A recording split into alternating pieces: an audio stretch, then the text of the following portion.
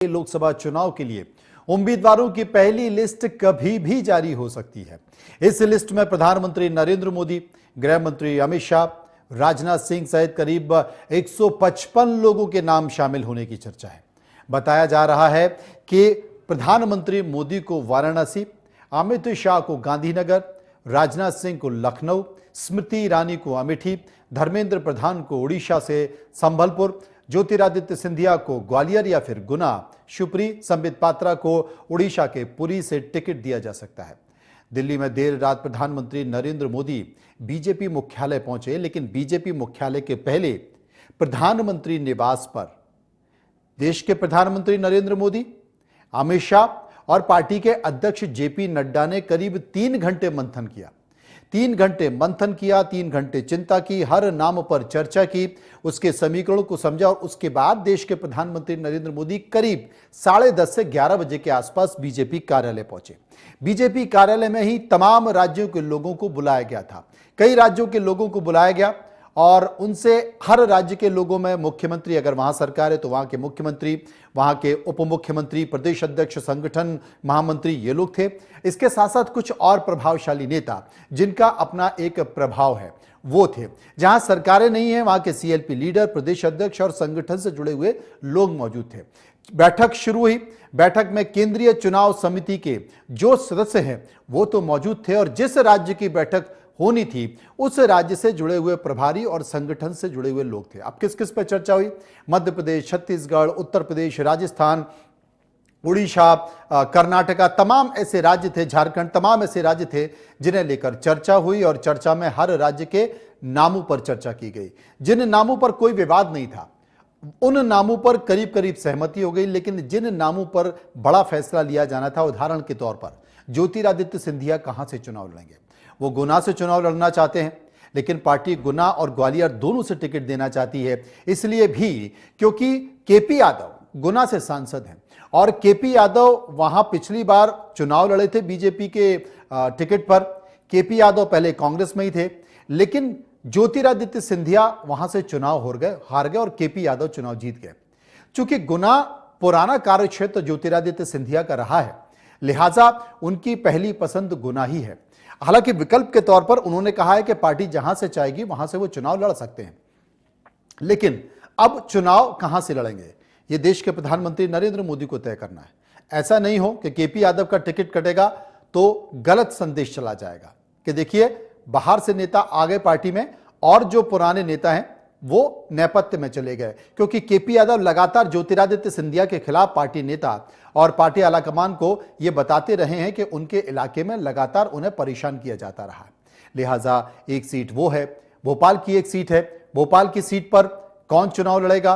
क्योंकि साध्वी प्रज्ञा के बारे में देश के प्रधानमंत्री पहले ही कह चुके हैं, तब जब उन्होंने गोडसे और प्रधानमंत्री को लेकर बयान दिया था, माफ कीजिए, गोडसे और महात्मा गांधी को लेकर बयान दिया था और उसके बाद फिर देश के प्रधानमंत्री नरेंद्र मोदी ने कहा था कि मैं इस बयान पर कभी साध्वी प्रज्ञा को माफ नहीं कर सकता। भोपाल से उनका टिकट कटना पक्का है। तलवार इंदौर के सांसद पर भी लटकी हुई है। तलवार उज्जैन के सांसद पर भी लटकी हुई है। तलवार ग्वालियर के सांसद पर भी लटकी हुई है। कई ऐसे इलाके हैं, मंदसौर के सांसद सुधीर गुप्ता, उनका भी टिकट कटना पक्का माना जा रहा है। कई ऐसे जगह हैं, महाकौशल के कुछ और लोकसभा सीट हैं, उनका भी टिकट कटना पक्का माना जा रहा है। किसे टिकट मिलेगा, किसे टिकट नहीं। छत्तीसगढ़ में भी यही स्थिति बनी हुई है। वहां से राजनांदगांव में संतोष पांडे, ये नाम जो बीजेपी के पूर्व मुख्यमंत्री हैं रमन सिंह, उनकी सहमति से आगे आया था, लेकिन संतोष पांडे ने धीरे धीरे वहां पर अपना एक ग्रुप बना लिया और वो रमन सिंह के खिलाफ जाने लगे। लिहाजा रमन सिंह उनके नाम पर अब सहमत नहीं है, उनका नाम कट सकता है, कोई और वहां से आ सकता है। बस्तर से भी कोई और आ सकता है। फिलहाल बस्तर की सीट कांग्रेस के पास है, मजबूत उम्मीदवार देखा जा रहा है। कोरबा सीट जो कांग्रेस के पास है, वहां से भी कोई मजबूत उम्मीदवार उतारने की पूरी कोशिश की जा सकती है।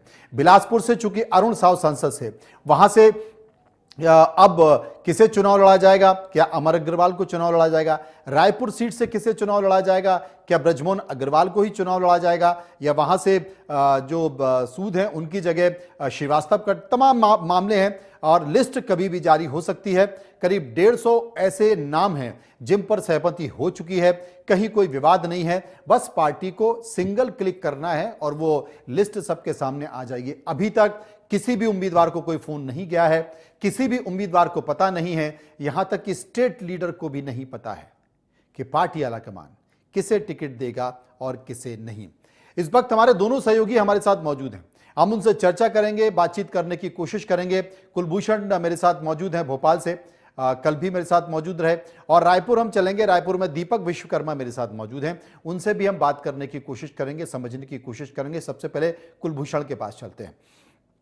कुलभूषण, बस इंतजार इस बात का है कि सिंगल क्लिक के साथ एक मेल आएगा इंडिया न्यूज के पास बीजेपी कार्यालय से, और उस मेल के जरिए यह पता चल जाएगा कि बीजेपी ने इस बार अपने चेहरे किसे बनाए हैं। एक संकेत तो साफ है, 33% से ज्यादा महिलाओं को टिकट मिलना है, तो महिलाओं को ज्यादा इस बार मध्य प्रदेश में तरजीह दी जाएगी। मध्य प्रदेश क्या, तमाम राज्य, चाहे वो उत्तर प्रदेश हो, बिहार हो, पश्चिम बंगाल हो, राजस्थान हो, महिलाओं को इस बार उतना यहां पर महत्व दिया जाएगा। और ये जो तस्वीर हमारे दर्शक देख रहे हैं, ये तस्वीर देश के प्रधानमंत्री नरेंद्र मोदी की उस वक्त की तस्वीर है जब केंद्रीय चुनाव समिति की बैठक में वो पहुंचे थे करीब 11 बजे के आसपास। आप सोचिए, मतलब कल 2:30 बजे तक मंथन चला है कुलभूषण, रात को 2:30 बजे तक। 11 बजे प्रधानमंत्री पहुंचे, 2:30 बजे तक मंथन चला, एक एक करके सारे राज्य के प्रमुखों के साथ बैठक हुई। जिन नामों पर विवाद था या जिन नामों पर कंट्रोवर्सी थी या जिनके नाम काटने थे, जिनके पर कतरने थे, उस पर भी चर्चा हुई है। कई राज्यों के लोग दिल्ली में मौजूद हैं, लेकिन अब ग्वालियर का क्या होगा, गुना का क्या होगा, इंदौर का क्या होगा, भोपाल का क्या होगा, मंदसौर का क्या होगा, ये मैं वो नाम बता रहा हूं जिनके टिकट कटने जा रहे हैं। बहुत सारे नाम हैं जिनके टिकट कटने जा रहे हैं, लेकिन अब तक क्या स्टेट में, स्टेट बीजेपी कार्यालय में, प्रदेश अध्यक्ष के पास, संगठन के पास कोई संकेत पहुंचा?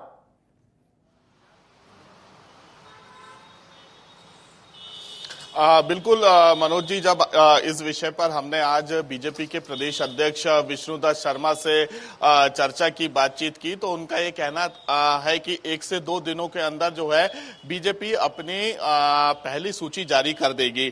हालांकि अगर हम बात करें, क्योंकि अब बेहद ही कम समय बचा है, हालांकि अभी देश में और मध्य प्रदेश में आचार संहिता नहीं लगी है, लेकिन अब धीरे धीरे जो राजनीति का पैटर्न है, जो राजनीति का स्तर है, वो कहीं ना कहीं बदलता हुआ नजर आ रहा है। विधानसभा चुनाव में भी हमने देखा कि आचार संहिता लगने के पहले ही जो है बीजेपी ने अपने प्रत्याशियों की सूची जारी कर दी थी, जहां कांग्रेस ये कहती हुई नजर आ रही थी कि हम 6 महीने पहले विधायकों को मैदान में उतार देंगे, लेकिन बीजेपी ने आचार संहिता के पहले ही अपने प्रत्याशी, अपने नेताओं को मैदान में उतार दिया। इसके पीछे का क्या कारण है? इसके पीछे का यह कारण है कि प्रधानमंत्री नरेंद्र मोदी, अमित शाह और जेपी नड्डा ये चाहते हैं कि जो केंद्र सरकार की जन कल्याणकारी योजनाएं हैं, जो मध्य प्रदेश सहित अन्य राज्यों की जन कल्याणकारी योजनाएं हैं, उसमें प्रत्याशी चाहे लोकसभा का हो या विधानसभा का हो, वो आम जनता के घर घर तक पहुंचे, डोर डोर तक पहुंचे और उन्हें उन जन कल्याणकारी योजनाओं की जानकारी दे और उन योजनाओं का लाभ उन आम जनता को कैसे मिले, इसके पीछे प्रधानमंत्री नरेंद्र मोदी का एक मकसद है। इसलिए हमने देखा, क्योंकि जब हम पहले देखते थे 2019 के, अगर हम पहले की बात करते तो टिकट पैटर्न का नजरिया भी कुछ अलग था। काफिलों के साथ बड़े बड़े नेता दावेदारी करते थे, प्रदेश बीजेपी कार्यालय या कांग्रेस कार्यालय में तोड़फोड़ होती थी, हंगामा होता था। लेकिन अब पैटर्न बदल चुका है। पैटर्न क्यों बदला, किसने बदला? ये मोदी और अमित शाह, जेपी नड्डा ने बदला। देर रात तक 2:30 से 3 बजे तक मंथन होता है, विचार किया जाता है, रणनीति बनाई जाती है कि किस सीट से किस नेता को मैदान में उतारा जाए। इसके साथ ही मंथन किस विषयों पर होता है, जैसे हम भोपाल की बात करते हैं या इंदौर की बात करते हैं, जबलपुर की बात करते हैं या ग्वालियर की बात करते हैं। सबसे पहले हम भोपाल की बात करते हैं, क्योंकि किन्हों जो भी एक छोटा से छोटा कार्यकर्ता रहा हो, जिसने पार्टी के लिए अपना खून और पसीना सींचा हो, पार्टी के लिए हर एक उस कार्यक्रम में वो पीछे की पंक्ति में बैठा हो और उसने पार्टी के हर एक कार्यक्रम में हिस्सा लिया हो, तो कहीं ना कहीं मोदी और नड्डा, अमित शाह की यह रणनीति है कि उस कार्यकर्ता को भी पार्टी की तरफ से एक उपहार दिया जाए, एक गिफ्ट दिया जाए। और यही रणनीति बीजेपी ने विधानसभा चुनाव के साथ साथ राज्यसभा चुनाव में भी निभाई थी। अब लोकसभा की बारी है। हालांकि यहां से साध्वी प्रज्ञा सिंह का टिकट कटना यह तय है। अभी आपने जिस प्रकार से कहा, लगातार साध्वी प्रज्ञा सिंह महात्मा गांधी को लेकर बयान देती थी। जब प्रधानमंत्री ने यह बात सदन में कही थी कि मैं दिल से कभी भी साध्वी प्रज्ञा को माफ नहीं करूंगा, और अब वो समय आ चुका है, साध्वी प्रज्ञा को किसी प्रकार की कोई भी माफी नहीं दी जाएगी। उनका टिकट कटना लगभग तय है। उनकी जगह भोपाल से किसी युवा नेता को यह जिम्मेदारी दी जा सकती है, इसके साथ ही टिकट दिया जा सकता है। लेकिन साध्वी प्रज्ञा बहुत मुखर हैं कुलभूषण, साध्वी प्रज्ञा बहुत मुखर हैं। आपको लगता है कि उनका टिकट कटेगा तो वो शांत रहेंगी, कुछ बोलेंगी नहीं?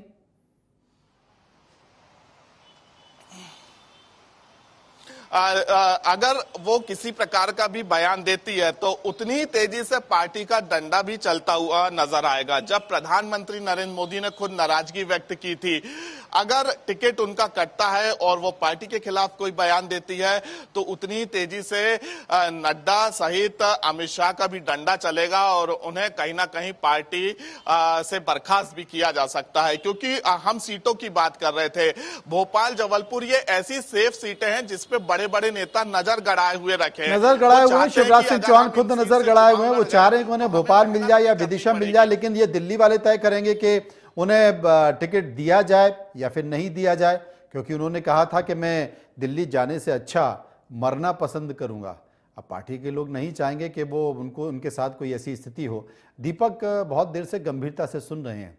दीपक ठीक बेसब्री से सुन रहे हैं, ठीक वैसे ही जैसे बीजेपी के तमाम लोग बेसब्री से इंतजार कर रहे हैं कि बीजेपी की लोकसभा की लिस्ट आ जाए। पता नहीं किसकी जान अटकी हुई है, किसे टिकट मिलेगा, किसका टिकट कटेगा, क्योंकि आजकल कोई कुछ कह नहीं सकता है। जो पार्टी ने तय कर दिया उसे सहज स्वीकार करना पड़ता है। बहुत सारे बड़े नेताओं को प्रदेश में चुनाव लड़ने भेज दिया और बहुत सारे बड़े नेताओं को घर पर बिठा दिया और किसी का कुछ नहीं कहना है। सब शांति से इंतजार कर रहे हैं कि चलिए अभी हमारा वक्त नहीं है, कभी तो वक्त आएगा। लेकिन दीपक, इस बार कौन कौन सी ऐसी सीटें छत्तीसगढ़ में चिन्हित की गई हैं जहां पर पार्टी अपने उम्मीदवार को बदल सकती है, उनका नाम काट सकती है? देखिए, एक फॉर्मूला सारी सीटें बदल दी थी, वो तब बदल दी थी जब सभी कैंडिडेट जीत गए थे।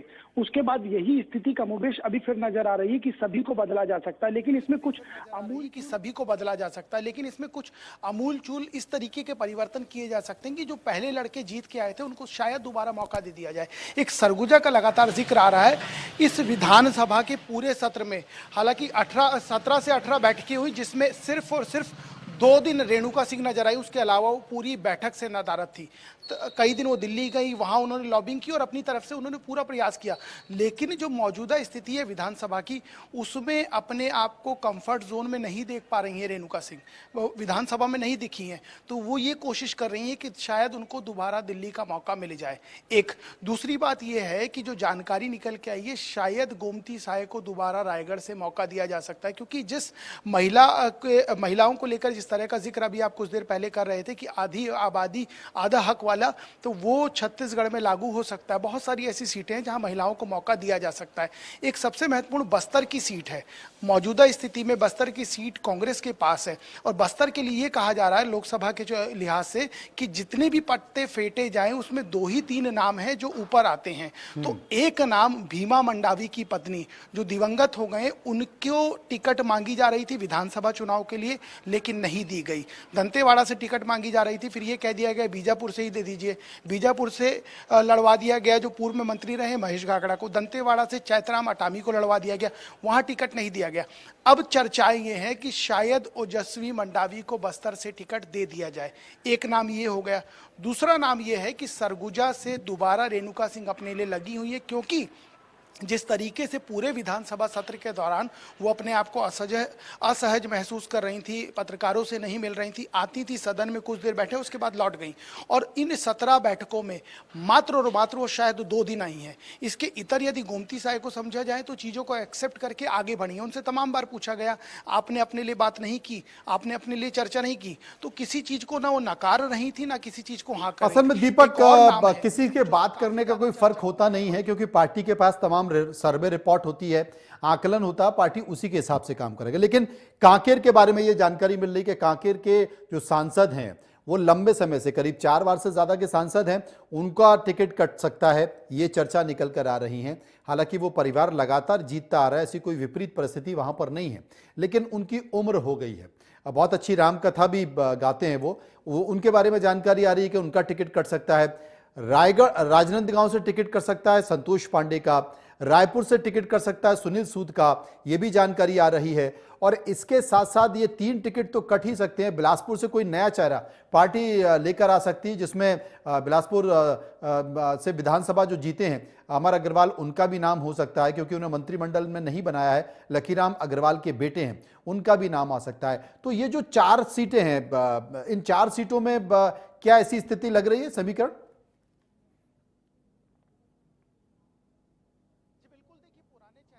दिया जा सकता है, वो इसलिए दिया जा सकता है क्योंकि अमर अग्रवाल को अब एडजस्ट कर पाना मुश्किल है। एक अग्रवाल को आपने दे दिया, आपने एक ब्राह्मण को उप मुख्यमंत्री बना दिया, तो अब अमर अग्रवाल को कहां लेके जाएंगे? खाली विधायक बन के तो नहीं रह सकते। हमें याद है इन 17 बैठकों में विधानसभा के भीतर जब विनियोग पर चर्चा हो रही थी तो उनके 2 सुझाव आए सिर्फ।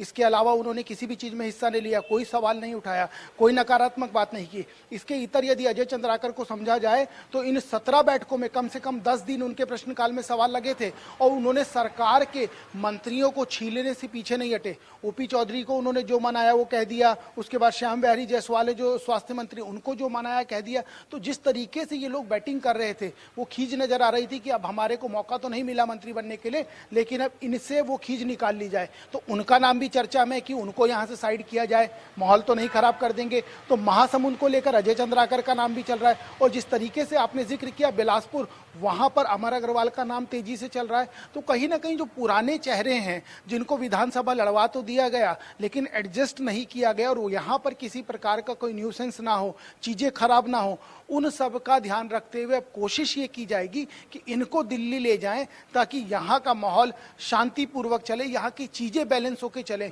क्योंकि इस विधानसभा सत्र के दौरान तमाम ऐसे लोग थे जो मंत्री बनने की लाइन में तो थे, जो चाह रहे थे अब हम जीत गए, अब हमको मंत्री बनने से कोई नहीं रोक सकता, लेकिन पासा पूरा का पूरा पलट गया।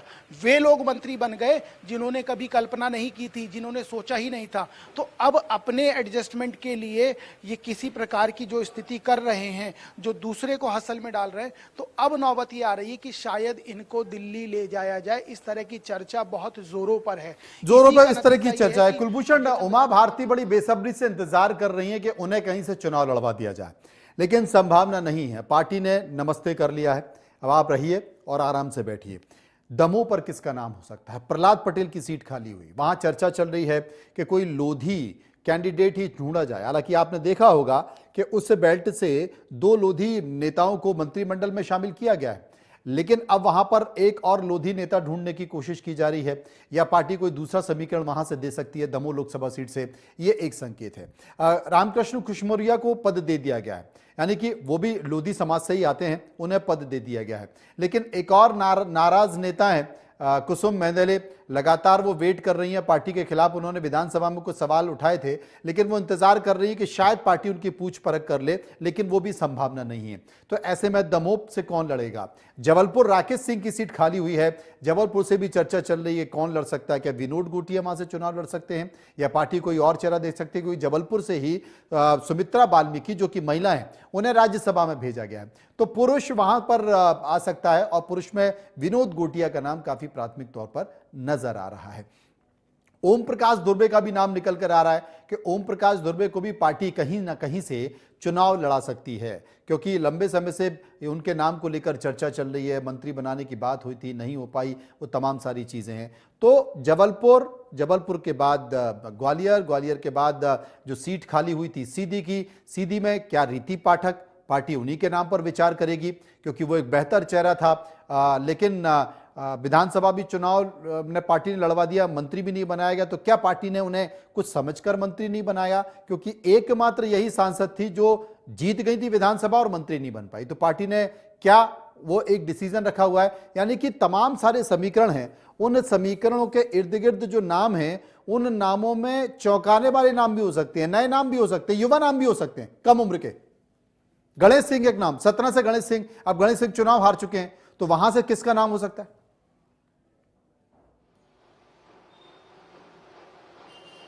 बिल्कुल, सबसे पहले तो जो सांसद विधानसभा का चुनाव हारे हैं उन्हें टिकट नहीं दिया जाएगा। अगर हम दमोह की बात करते हैं कि दमोह से पैनल में किसका नाम रखा गया था और कौन कौन चुनाव लड़ने के साथ तैयारी में जुटा हुआ है, अभिषेक भार्गव दीपू। हालांकि परिवारवाद नहीं चलेगा, ये प्रधानमंत्री नरेंद्र मोदी ने पहले स्पष्ट कर दिया था, और अभिषेक भार्गव गोपाल भार्गव के बेटे नहीं मिलेगा टिकट, छोड़ दीजिए, आगे बढ़िए, नहीं मिलेगा टिकट। रामलाल पटेल और सुधा मलैया और पंडित विद्यासागर, इनका भी नाम जो है दमोह से चलता हुआ नजर आ रहा है। इसके साथ ही अगर सीधी लोकसभा की बात करें तो कांत देव सिंह, शरतेंदु तिवारी, रीति पाठक, पूर्व सांसद एवं वर्तमान विधायक शरतेंदु तिवारी जो है चुनाव हार चुके, उन्हें टिकट नहीं मिलेगा, आगे बढ़िए। तेजी से चलता हुआ नजर आ रहा है। और हालांकि रीति पाठक का नाम पैनल में भी रखा गया है। इसके साथ ही अगर हम जबलपुर या अन्य लोकसभा सीटों की बात करते हैं, क्योंकि राकेश सिंह जबलपुर से चुनाव लड़ते हुए नजर आते थे, लेकिन उन्हें विधानसभा चुनाव का टिकट दिया और अभी फिलहाल वो कैबिनेट के मंत्री हैं। तो कहीं ना कहीं ये वो तमाम सीटें हैं जो काफी सेफ सीटें हैं। लेकिन आपने उमा भारती की जो चर्चा की, और उमा भारती के साथ साथ हम जो बातें कहेंगे उमा भारती के लिए, जो बात चर्चा करेंगे, क्योंकि उमा भारती और कुसुम महदेले ये दो ऐसी वरिष्ठ नेत्री हैं जो लगातार पार्टी के खिलाफ ही बयान देती थी, जो लगातार पार्टी के खिलाफ ही ट्वीट करती हुई नजर आती थी। उमा भारती ने मध्य प्रदेश सरकार की नाक में दम करके रखा था। इसके साथ ही कुसुम महदेले की बात करें, काफी वरिष्ठ नेत्री हो चुकी हैं, काफी उम्रदराज नेता हैं, और अब जिस प्रकार से युवा नेताओं को तवज्जो दी जा रही है, तो हमें नहीं लगता कि दोनों ही नेत्रियों को मैदान में उतारा जाएगा, क्योंकि विधानसभा चुनाव में भी दोनों को किसी प्रकार से प्रचार प्रसार की जिम्मेदारी या फिर अन्य कोई जिम्मेदारी पार्टी ने नहीं दी थी। दोनों ही नेत्री लगातार जब ट्वीट करती हैं, जब बयान देती हैं, तो कहीं ना कहीं वो एक ऐसी आग उगलती हैं जिससे पार्टी को काफी नुकसान होता है, या पार्टी गाइडलाइन के बाहर जाके दोनों बयान देती हुई नजर आती है। तो दोनों को फिलहाल इच्छा वो जता रही है कि मुझे, उमा भारती इच्छा जता रही कि मुझे भोपाल से चुनाव लड़ाया जाए, या कुसुम महदेले भी इच्छा जताती हुई नजर आ रही है, लेकिन पैनल में दोनों ही नेत्रियों का नाम नहीं रखा गया है। इससे यह स्पष्ट है कि अब कहीं ना कहीं जब टिकट की बात आएगी या पहली सूची जारी होगी, तो ये दोनों नेता एक बार फिर से पार्टी के खिलाफ बयान देती हुई नजर आएंगी। वहीं भोपाल सहित अगर अन्य हम लोकसभा सीटों की बात करते हैं, जैसे ग्वालियर या गुना की बात करें, ज्योतिरादित्य सिंधिया का नाम ग्वालियर से भी है, गुना से भी है। हालांकि केपी यादव एक बेहद ही छोटे कार्यकर्ता थे, और 2019 के लोकसभा चुनाव में केपी यादव ने ज्योतिरादित्य सिंधिया को चुनाव हराया था। अब केपी यादव गुना से चुनाव लड़ना चाहते हैं। इसके साथ ही ज्योतिरादित्य सिंधिया का भी नाम गुना से चलता हुआ नजर आ रहा है। तो अब देखने वाली बात होगी कि तो होगी, बस अब तो इंतजार देखने का ही किया जा रहा है, क्योंकि सूची आए तो फिर देख लें कि किसके नाम है। दीपक, एक संक्षेप में जवाब चाहूंगा, रेणुका सिंह और गोमती साय, क्या ये दोनों चुनाव लड़ेंगे लोकसभा का, या पार्टी अब किसी नए चेहरे पर विचार करेगी? देखिए, जिस तरह की स्थिति बन रही है और जिस तरह की स्थिति रेणुका सिंह ने विधानसभा सत्र के दौरान दिखाई, उससे समझ आ रहा है कि प्रयास तो पूरा किया जा रहा है और ये प्रयास कितना कारगर साबित होगा ये तो वही दोनों जानते हैं जो दिल्ली में बैठे हैं। लेकिन ये जरूर है कि रेणुका सिंह जो नाराजगी दिखा रही हैं उसका उनको लाभ मिलेगा या नुकसान होगा ये भविष्य के गर्त में, क्योंकि इसी के इतर गोमती साहब बहुत सेफ प्ले कर रही हैं, तो शायद उनको मौका मिल जाए बनस्पत रेणुका साहब के। रेणुका बहुत सिंह बहुत के। शुक्रिया, बहुत बहुत शुक्रिया करेंगे और नजर बनाए रखेंगे क्योंकि वो लिस्ट कभी भी आ सकती है और उम्मीद की जा रही है कि आज रात तक ये लिस्ट जारी हो जाएगी क्योंकि बीजेपी अपने कार्यकर्ताओं को काम पर लगाना चाहती है। रणनीति बन चुकी है, पन्ना प्रमुख से लेकर पार्टी के राष्ट्रीय अध्यक्ष तक हर कोई लोकसभा की तैयारियों में जुट गया है क्योंकि इस बार बीजेपी के लिए 400 पार का नारा और देश के प्रधानमंत्री नरेंद्र मोदी ने कह दिया है कि लोकसभा में बीजेपी को 370 सीटें मिलेंगी। तो तैयारी ठीक उसी तरह से जो आपको तस्वीरों में दिखा